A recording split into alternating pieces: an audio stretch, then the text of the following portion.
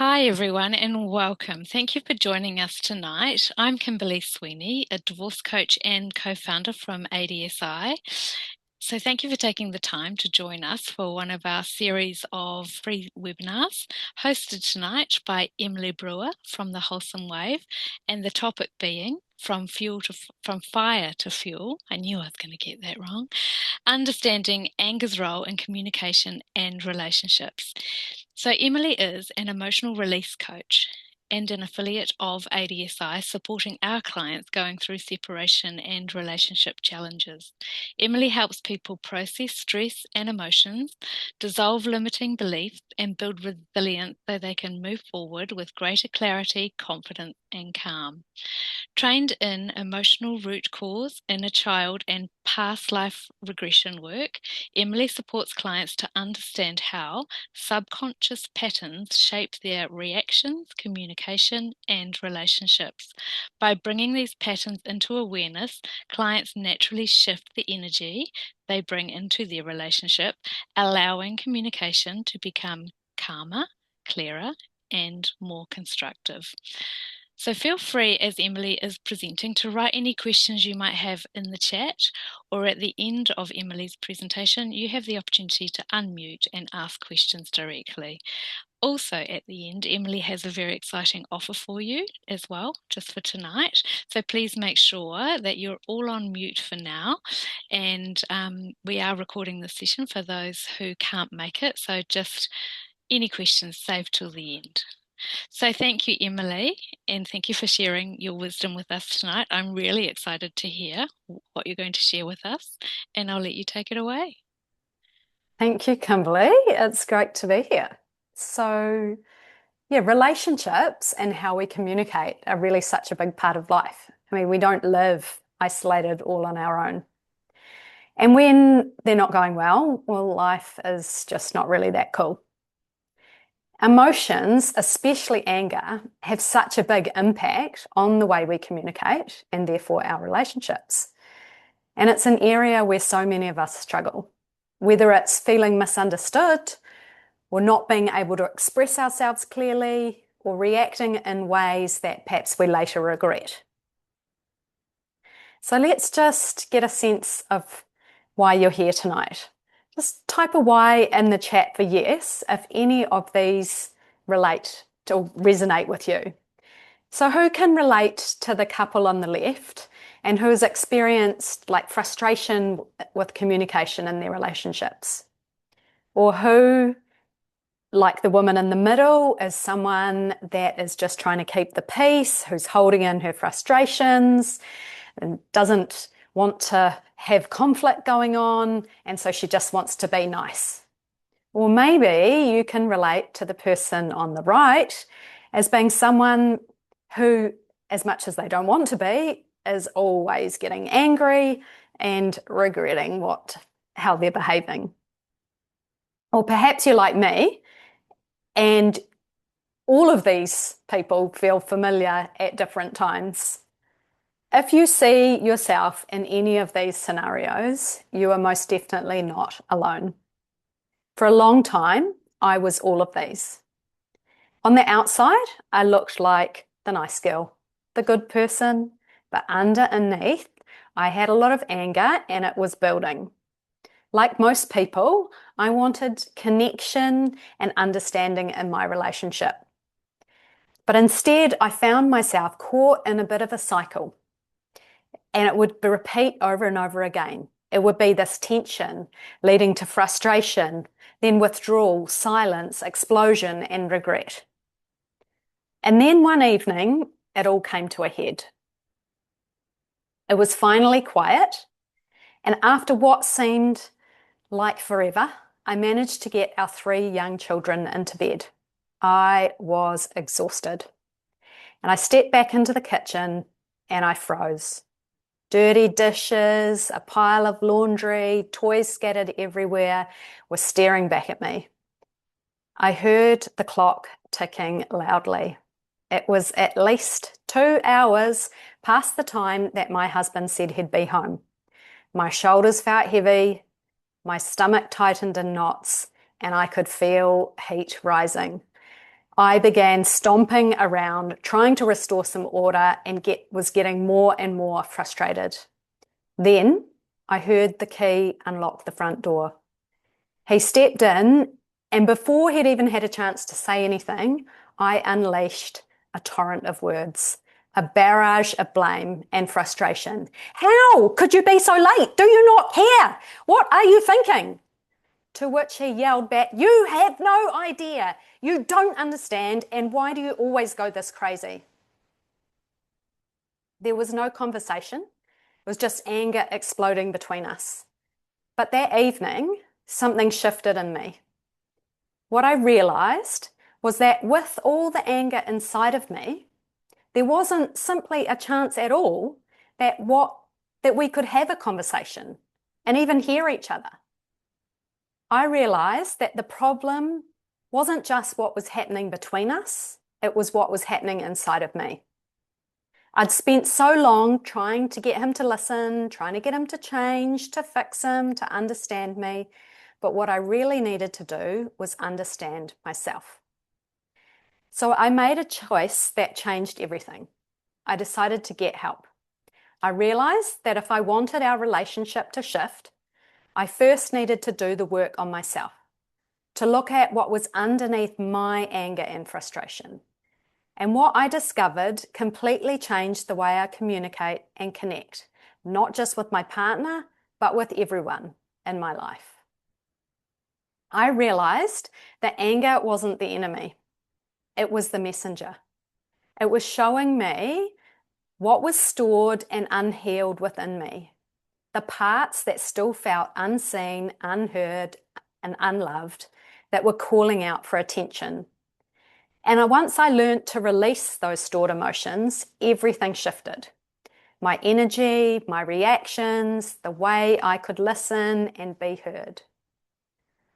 I discovered that processing your emotions and releasing stored stress is the most effective way to transform your relationships and communicate with ease.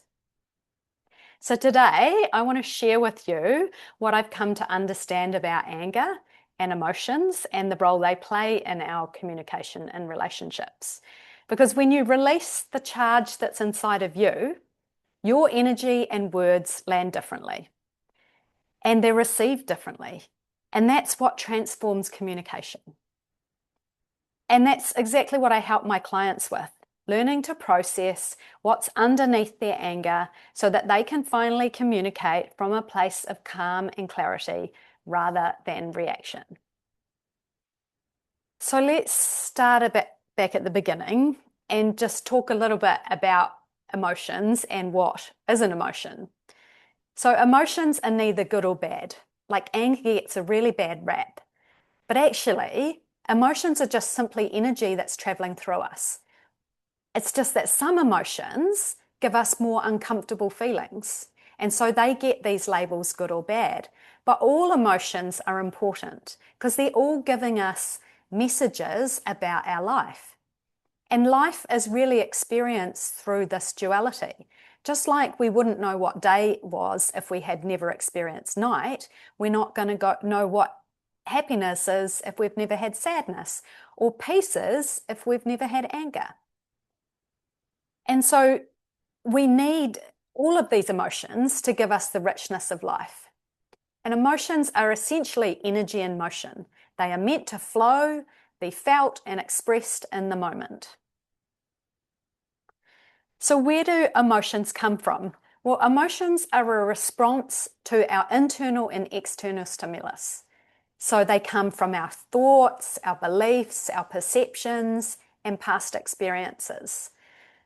And it's common to think that emotions are something that we think, but they're not. They're what we feel in our body. So just think about the last time you were embarrassed. How did you know you were embarrassed? Because you felt your cheeks going red. You felt hot and flushed in your cheeks. So emotions are what we feel in our body, like the tightness in our chest, the knots in our stomach. And so emotions act as these messengers that guide us to a deeper understanding of both ourselves and the environment. And they move us. They move us towards some experiences and away from others. So just imagine for a moment something that makes you really angry, something recently that's made you really frustrated, and you just feel so mad about this. And just for a minute, while you're imagining how mad you are, just notice what's happening in your body. And maybe you felt some of these things. So when we feel angry, we start to get hot. We might get a bit sweaty. Our muscles tighten. Maybe our fists clench. We get a pounding sensation in the heart, in the head. And we get this rush and this cascade of physiological reactions in our body, like this rush of hormones, and that starts pumping the blood around our body faster. So basically, that we could move if we needed to and get away and take action, basically. Because anger is this big energy that wants to move upwards and outwards and move us to safety or to protect something or to defend ourselves. So basically, it's making us move, right? Now, anger, if we let it flow through us, doesn't actually last for long, like about 90 seconds. The problem is that often we hold on to anger, and we start to hold on to it because of a story that we're telling ourselves. A story that we're telling ourselves about we don't want things to be like this, or we're not happy with the way things are. And so when we hold on to it, we start to keep ourselves in this anger loop rather than letting it flow through us, be expressed and released, and then we can go back to normal. So what does anger tell us? Well, it's really like an engine light in your car. It's like that warning signal that says stop and check out what's going on. It might be telling us that something isn't right. It might be telling us that our needs aren't being met, or that something really matters to me, that I feel disrespected and unseen. So it's calling us to sort of take note of like what's happening in this situation that's making me feel like this. Anger is our defense mechanism. It's the energy that we use to defend ourselves and set boundaries. And anger is often there to show us, because we can access anger quite easily. However, some emotions like sadness and grief and guilt and hurt and fear can be really uncomfortable emotions, and we don't like feeling those. So the anger sort of comes on board to cover up those other emotions. So sometimes we actually need to go digging deeper than the anger to actually recognize that maybe there's another more vulnerable emotion underneath that we're trying to avoid. So what happens when a baby comes into the world? They express exactly how they feel. They are not looking around wondering if it's appropriate or if they'll offend anyone. It doesn't question, am I being too loud? Am I being too quiet? Am I going to make people uncomfortable? It just has some needs and it expresses them. I mean, we only have to think of a 2-year-old, like a 2-year-old that doesn't want to do something. And what do? They just stand there. No, I am not going to do that. Like, they're not worried to yell and scream. They will express what they feel. But slowly over time, as we get older, this uninhibited expression of emotion starts to get shut down. And why does this happen? Well, when we're born, we have a couple of fundamental human needs, that for attachment and that for authenticity. Attachment is necessary because we need to attach to our caregivers, because without that attachment, we just wouldn't survive. Like, there are animals out there that after being born, after a couple of hours, can get up, run around, find their own food and look after themselves. But we're not like that. We need a caregiver to look after us for many years. We also have this need for authenticity, and that's being able to express who we are, how we feel, and say what we think all the time. But what happens is these needs start to come into conflict with each other because we start to understand that, oh, perhaps, if we have a tantrum in the middle of the supermarket and mum feels embarrassed because, Woibetide, she has a child that gets really angry and throws tantrums. So as soon as we get home, she says, don't you dare behave like that. Go to your room and think about what you've just done. And her saying that threatens that attachment with you.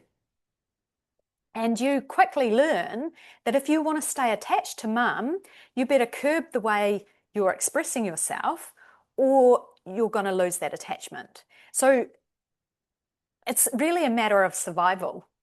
And so the moment that we discover our parents do not accept us for who we are, we begin to alter ourselves to remain attached to them. So what are some other reasons that we don't express anger?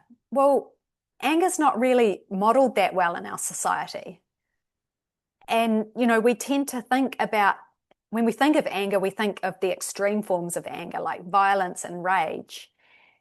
And those are quite often quite frightening and fearful.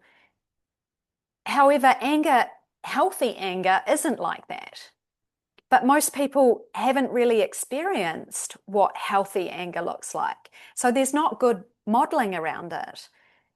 And then we grow up in a world where, girls are supposed to be good and so are boys. And, there's this conditioning that we want to be accepted and when we don't want to be, rejected.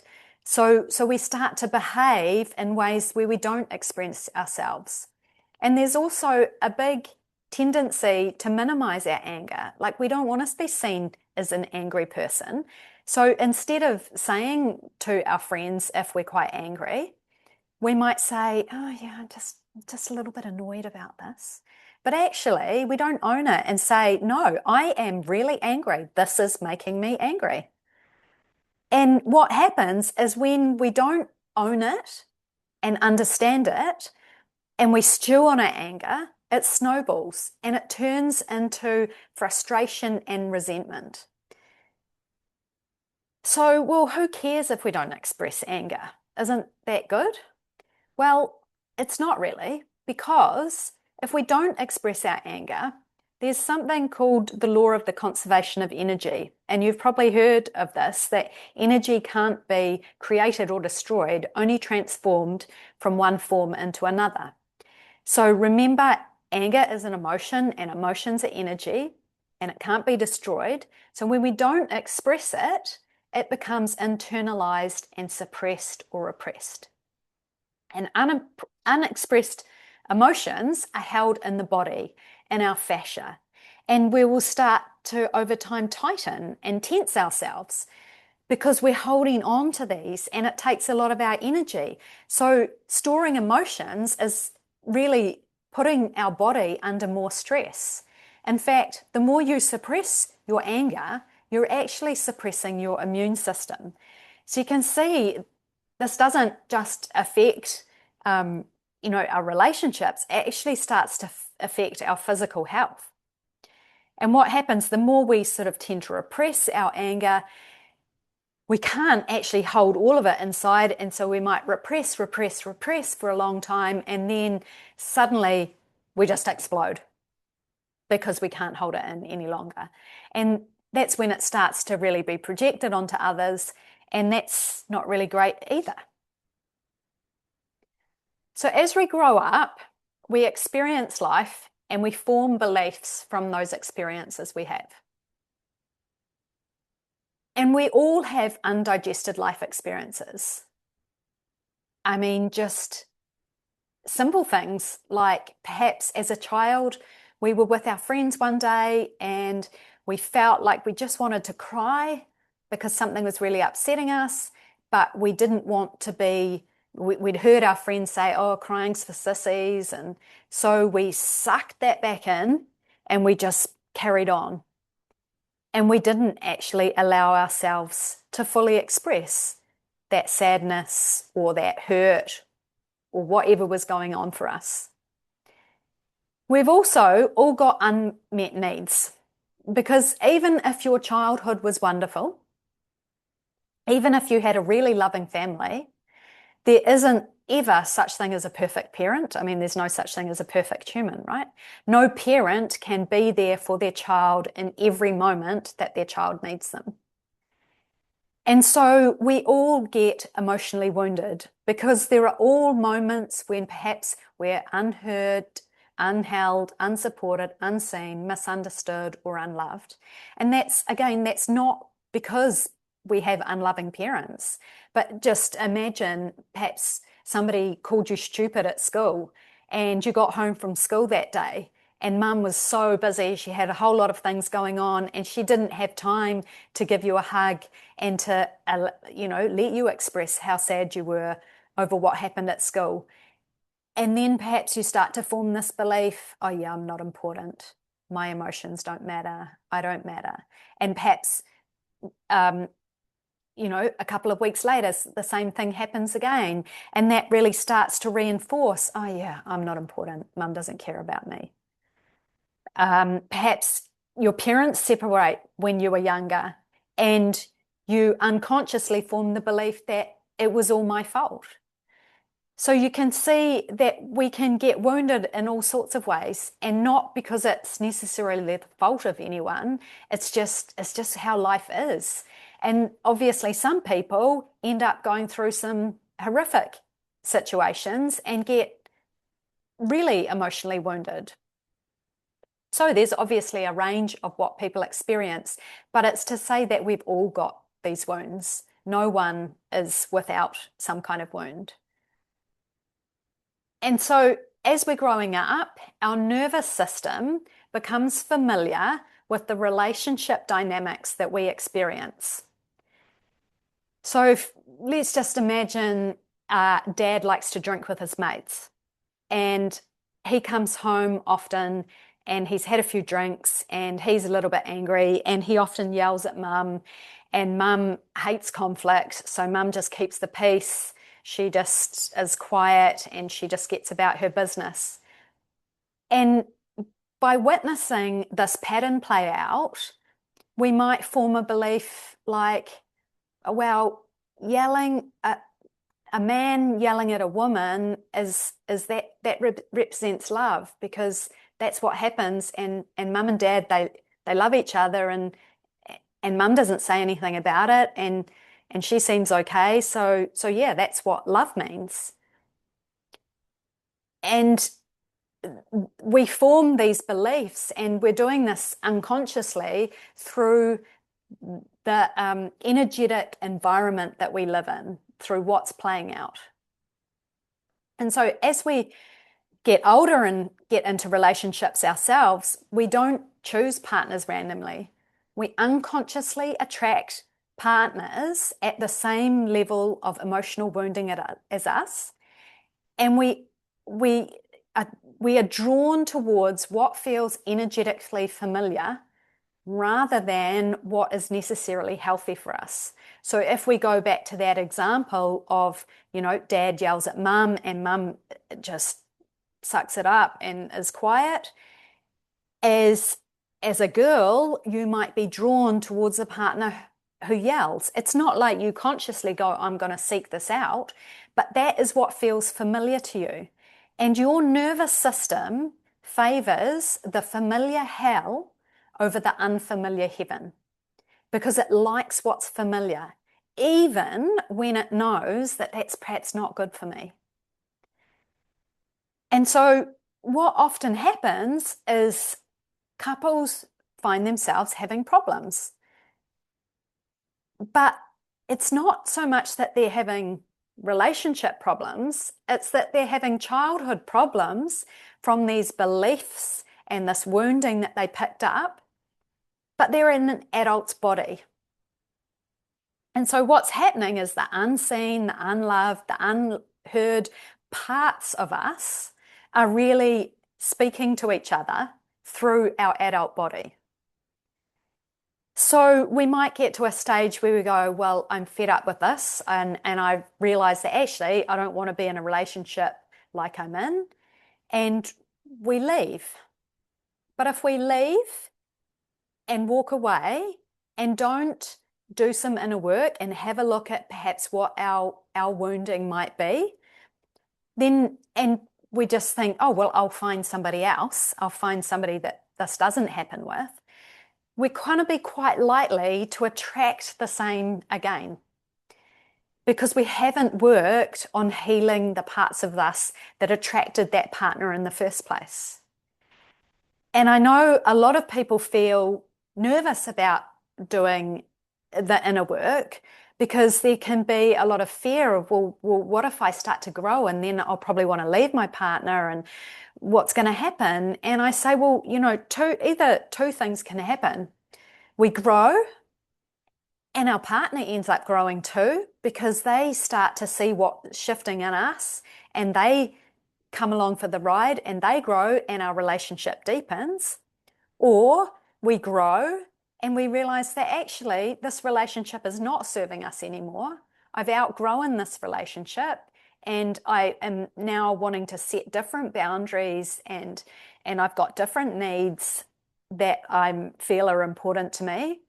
And it gives me the courage to leave and walk away. And because I've done that work, I'm less likely to find myself back where I was to start with. So with anger, what's so common is that we think it's about what's happening right now.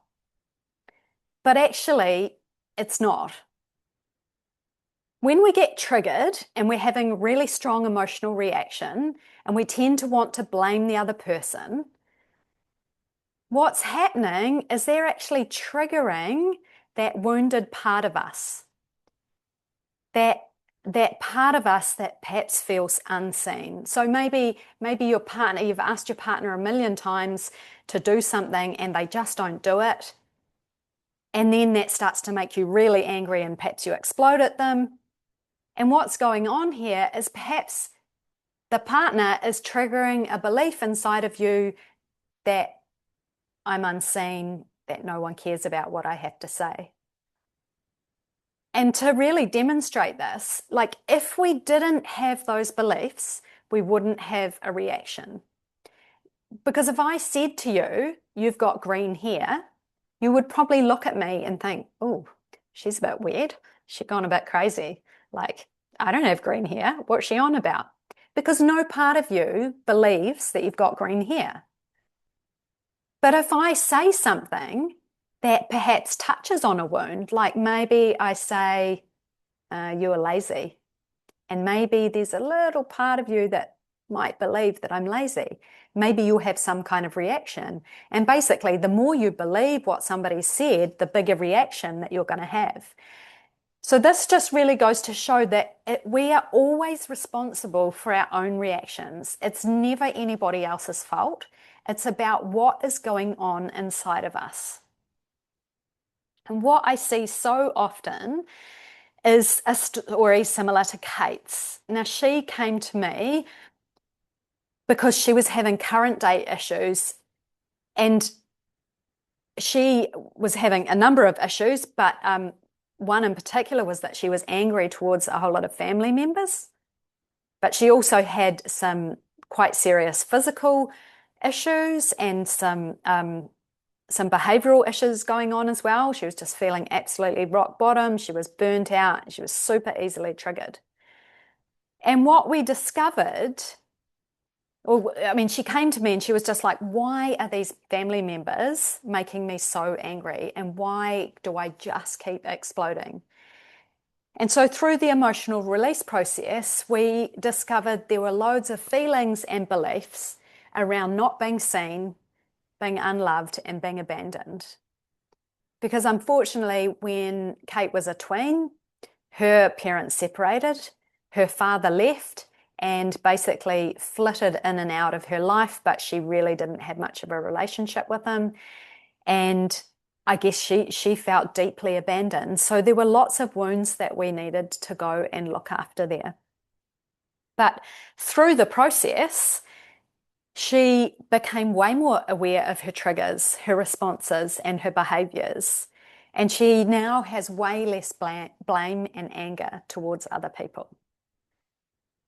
And when we start to process our own emotions, we can start to open up a much bigger understanding and capacity for compassion to what somebody else might be going through. So a good example of this is I was playing a board game with my children over the holidays with my dad.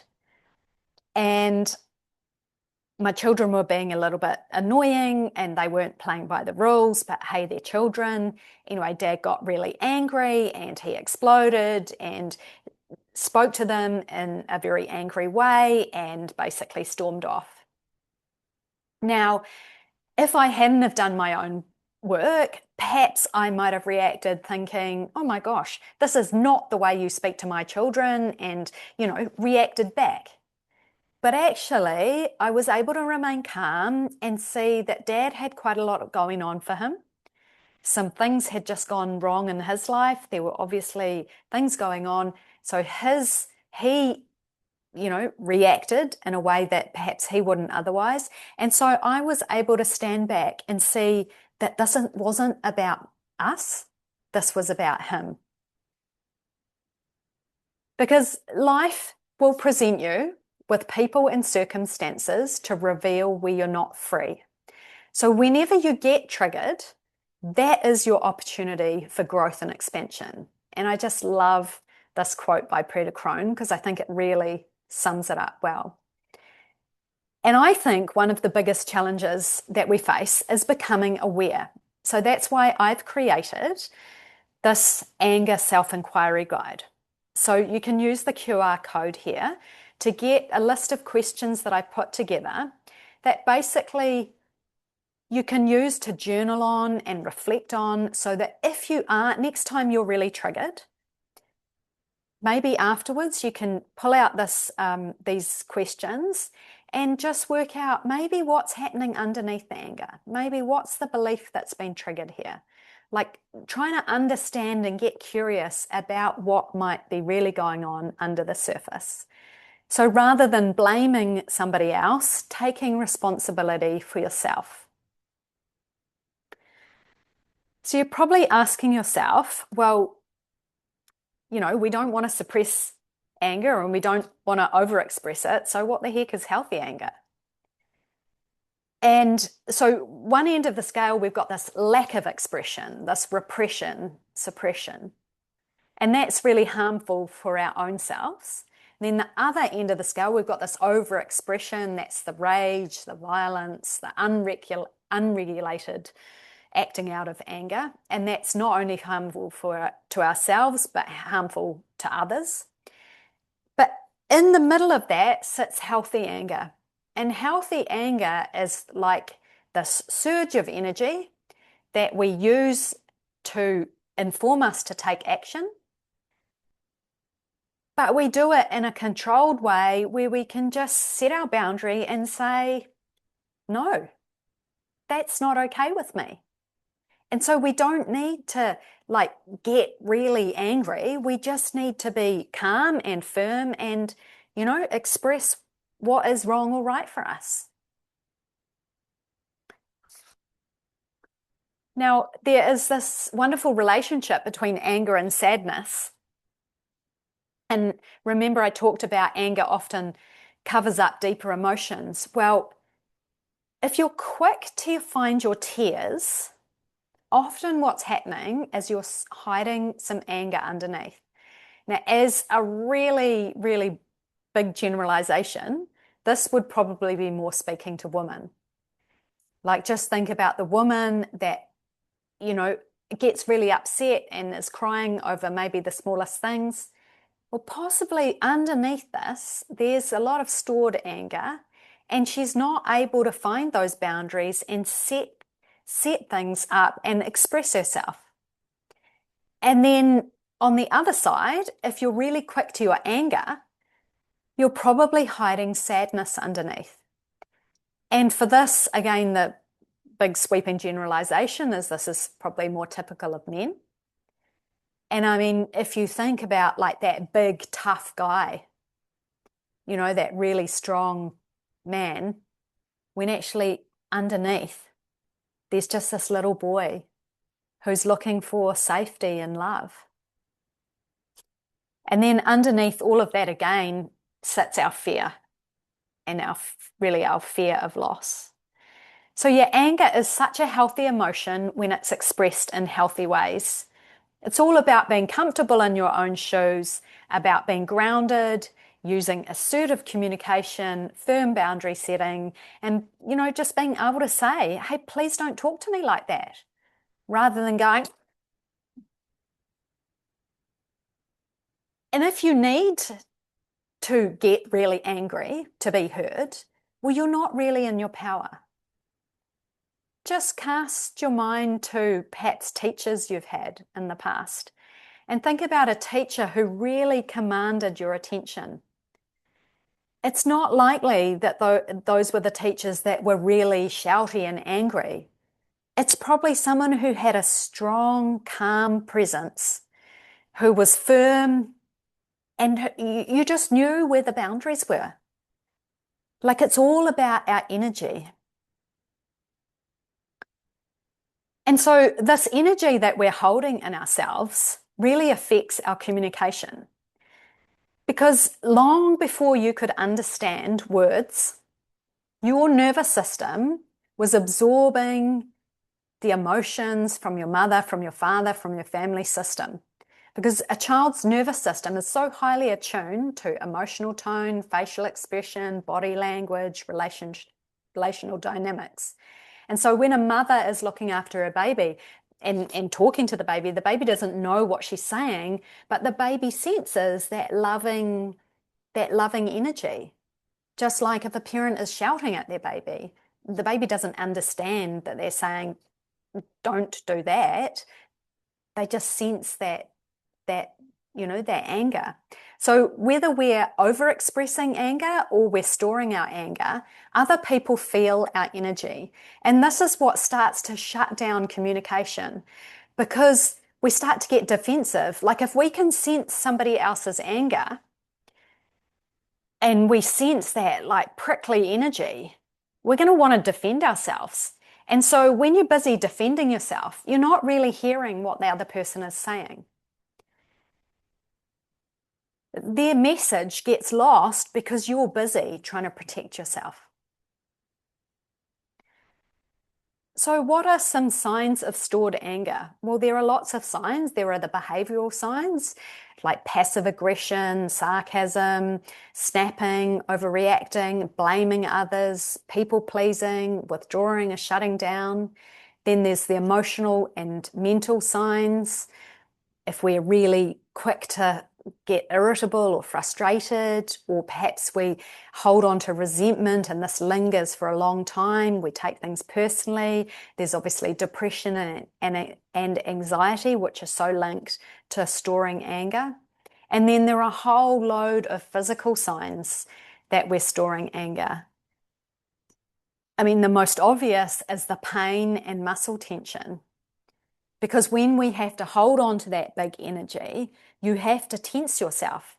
And over time, that tension leads to pain. It leads to headaches. It leads to skin conditions like eczema and inflammatory conditions like ulcerative colitis and digestive issues.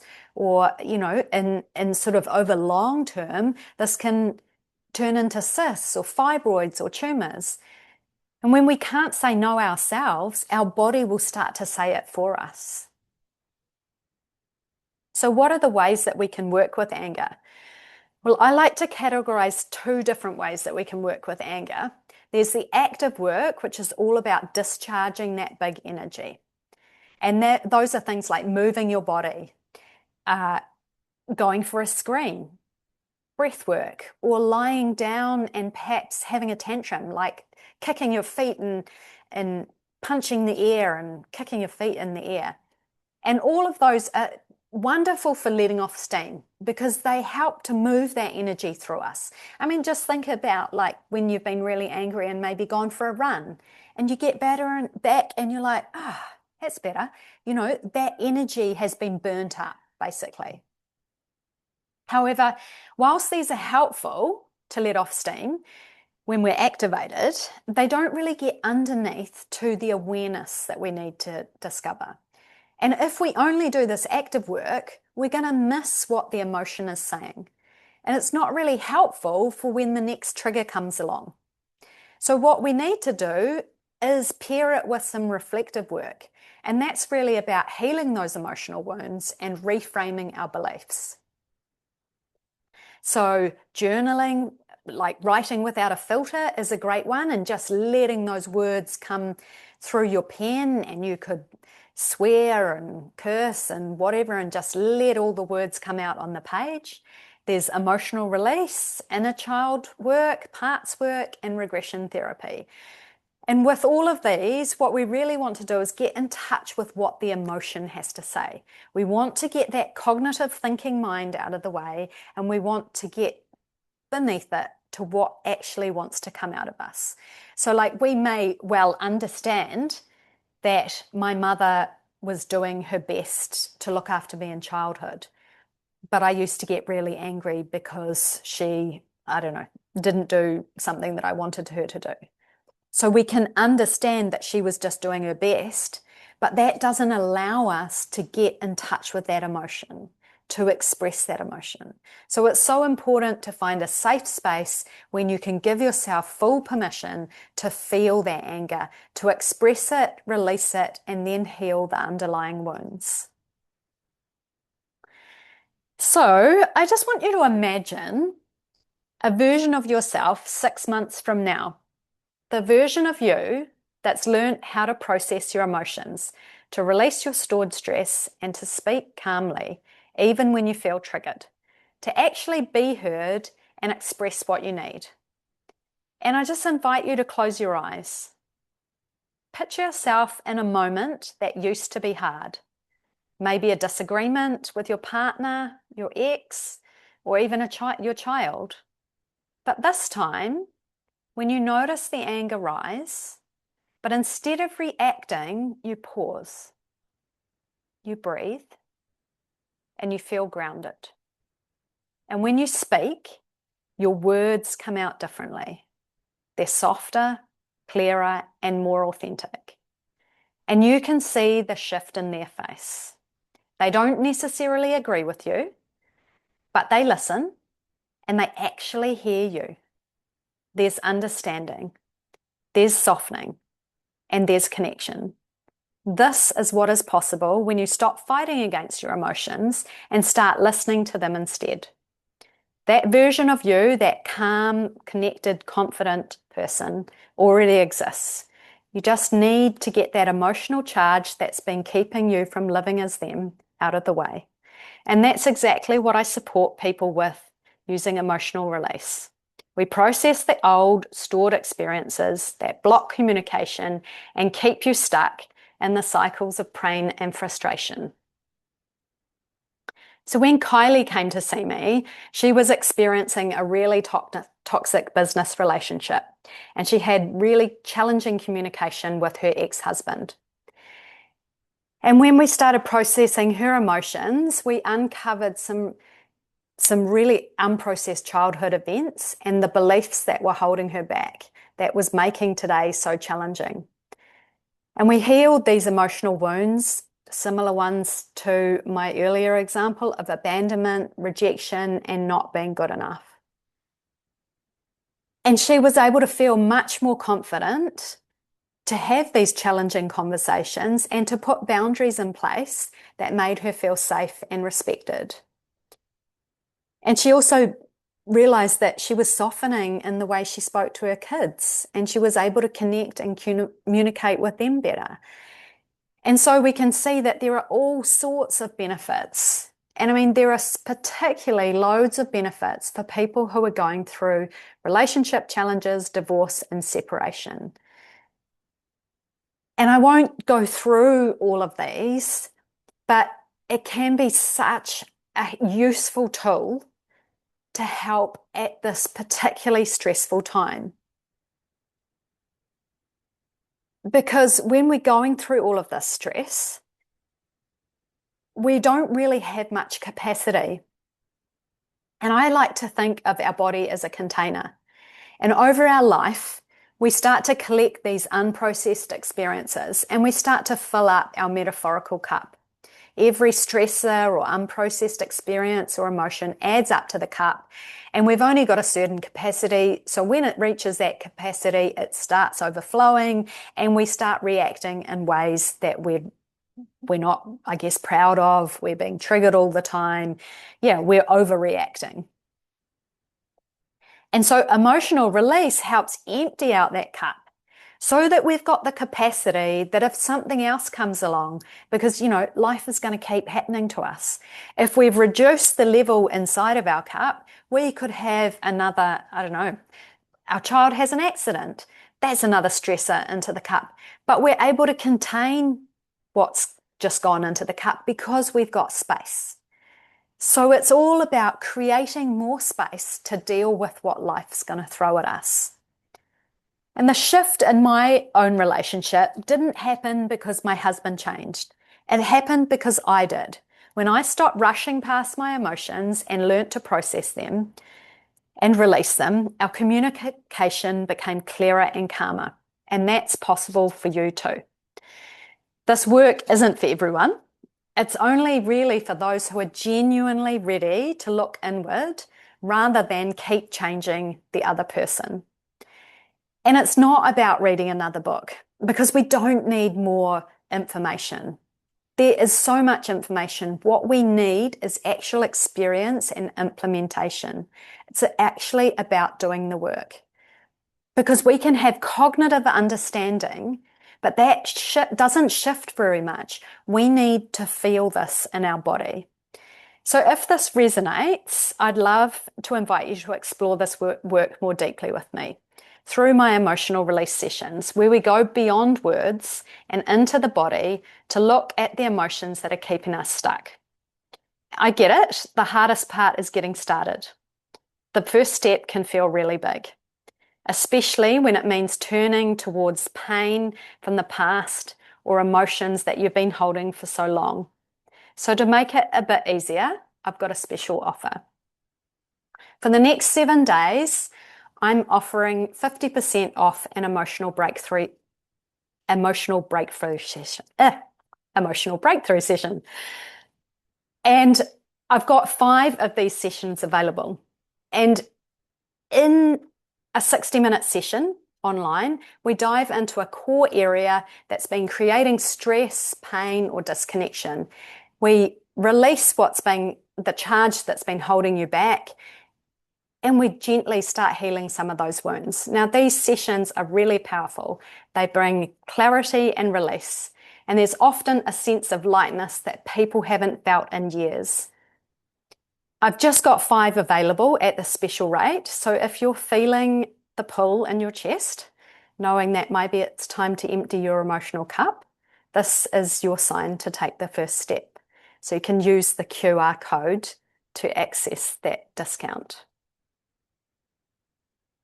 But for anyone that feels they want to go a bit deeper, who doesn't want just a little bit of relief, but wants lasting change, I want to share with you what often happens next. So after a breakthrough session, often my clients want to do more, and they move into my emotional transformation package.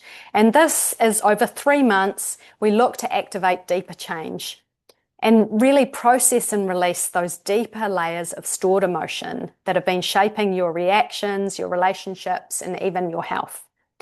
And you'll start to notice yourself responding instead of reacting, communicating from that calm, confident place, feeling more grounded and connected in your relationships. So if this sounds like you, or what you're looking for, you can use this QR code to book a free connection call so we can discuss what your needs might be.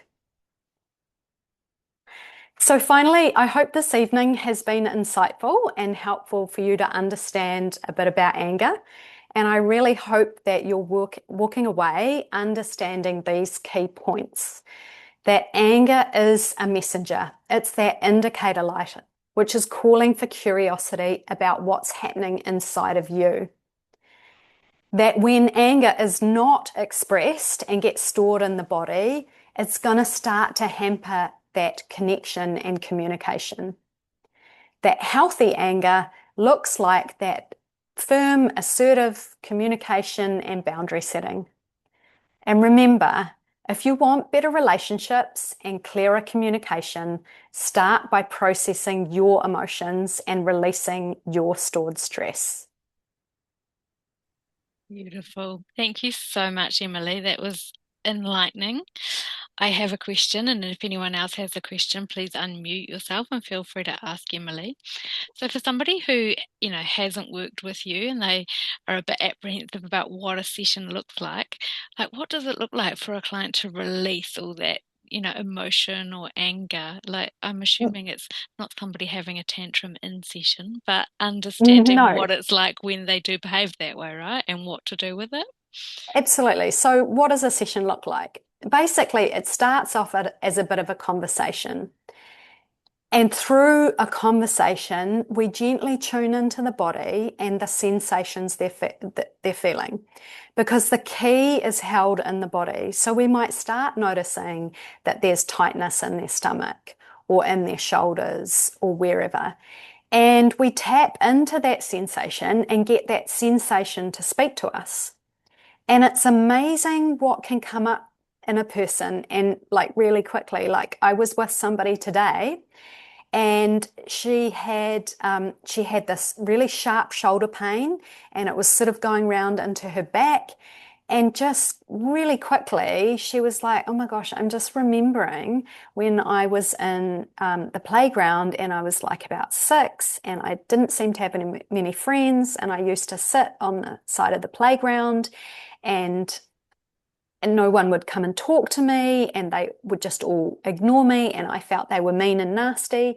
And so what a session looks like is getting that emotion to speak. So she started verbalizing how hurt and sad and there was a little bit of anger towards those other children. So yeah, in a session, it's not about like having this big explosion.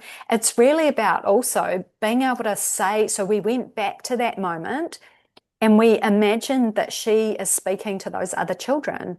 So she basically said things to them like you're mean and you're nasty. And then we got those her to imagine that those other children were talking back to her. And so they started talking back to her and saying things like, yeah, but we don't feel like that you want to play with us and you're more than welcome to play with us, but you never come over, you never ask us anything. So like this is where the deep insight starts to drop in because in the case of this person, she was adopted at birth. So she has a really deep wound of abandonment and rejection and not feeling good enough. So you can see she formed this belief from like birth that she didn't fit in, she wasn't belonging. And so the children in the playground were just reconfirming that belief that had been set up. So when she started to dialogue with those children, it just helped her see that actually they weren't being mean to her. And so yeah, so it's all around getting this deeper understanding and like it's giving ourselves that love and compassion. So the end part of that session was her imagining herself of today going to be with that younger her, the one that was on the steps feeling lonely, and like really giving her a hug and saying, I'm so sorry that you feel like this. And like being there to really see her and understand her.